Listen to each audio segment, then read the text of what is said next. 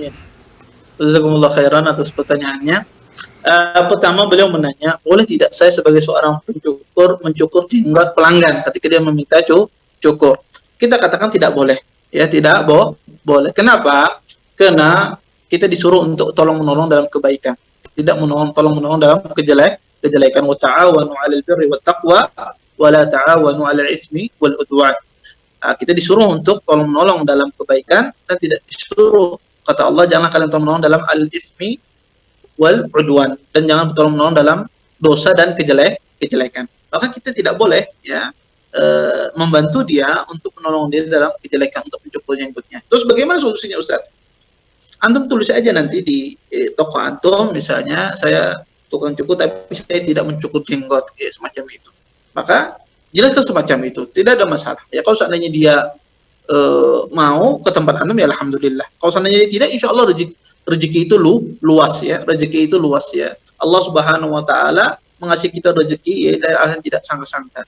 Dan kalau seandainya kita melakukan demikian karena Allah, pasti Allah akan ganti yang lebih baik. Man taraka syai'an lillah awadallahu khairan min. Barang siapa yang meninggalkan sesuatu karena Allah, pasti Allah gantikan yang lebih baik. Oleh karena itu, maka jangan kita membantu dia dalam kejelekan untuk cukur jenggotnya, karena memelihara jenggot ini wajib. Kecuali ya, jenggot itu lebih dari segenggam. Misalnya, ini jenggot saya misalnya lebih dari segenggaman, ya. Lebih yang dari genggaman ini insya Allah tidak mengapa dicukur, ya, berdasarkan sebagian pendapat para ulama dan para sahabat. Mereka juga mencukur, sebagian sahabat mereka memotong jenggot mereka jika lebih dari segenggam. Yang lebihannya itu yang dicukur, ya. Sebagian sahabat dan sebagian ulama mengatakan bahwasanya afdhalnya jenggot itu adalah dipanjang, dibiarkan terus menerus. Tapi kalau seandainya seorang jenggot panjang kemudian dia ingin cukur lebihannya dari segenggam, maka ini tidak mengapa, insya Allah. Ini maka tidak mengapa, dan ini pernah dilakukan oleh sahabat Nabi seperti Abu Hurairah, Jabir, dan yang lainnya. Kemudian yang kedua, masalah kedua, apa itu qaza? Ya.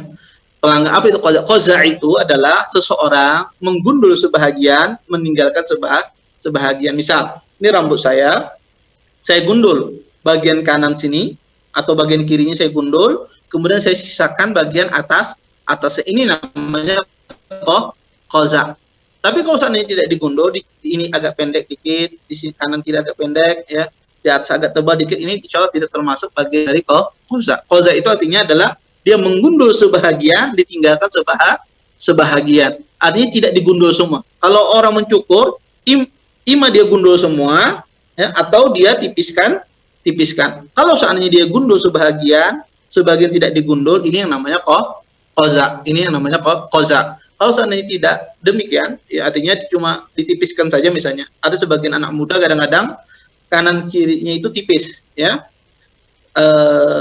bagian atasnya agak tebal, ya, semacam ini. Apa ini qaza? Ini tidak qaza, ya, ini surah yang tidak qaza. Qaza itu digundul, ya, jadi sebagiannya gundul, sebagiannya tidak. Ini yang namanya qaza. Ini yang dilarang. Kenapa dilarang? Karena dia, kata para ulama, hikmahnya adalah dia tidak berlaku adil terhadap anggota tubuh. Terhadap anggota tubuhnya saja dia tidak berlaku adil. Kita dituntut untuk beradil terhadap anggota tubuh kita, ya, anggota tubuh kita, ya. Disuruh kita untuk menyamakan semua, ya, agar seorang muslim itu terbiasa dengan tubuhnya saja dia adil, ya. Kalau seandainya dengan tubuhnya dia tidak adil, bagaimana dengan orang lain, ya. Oleh karena itu kata para ulama, hikmah kenapa dilarang itu karena dia tidak berlaku adil terhadap anggota tubuhnya. Yang jelas qaza itu menggundul sebahagian, meninggalkan sebahagian. Wallahu a'lam.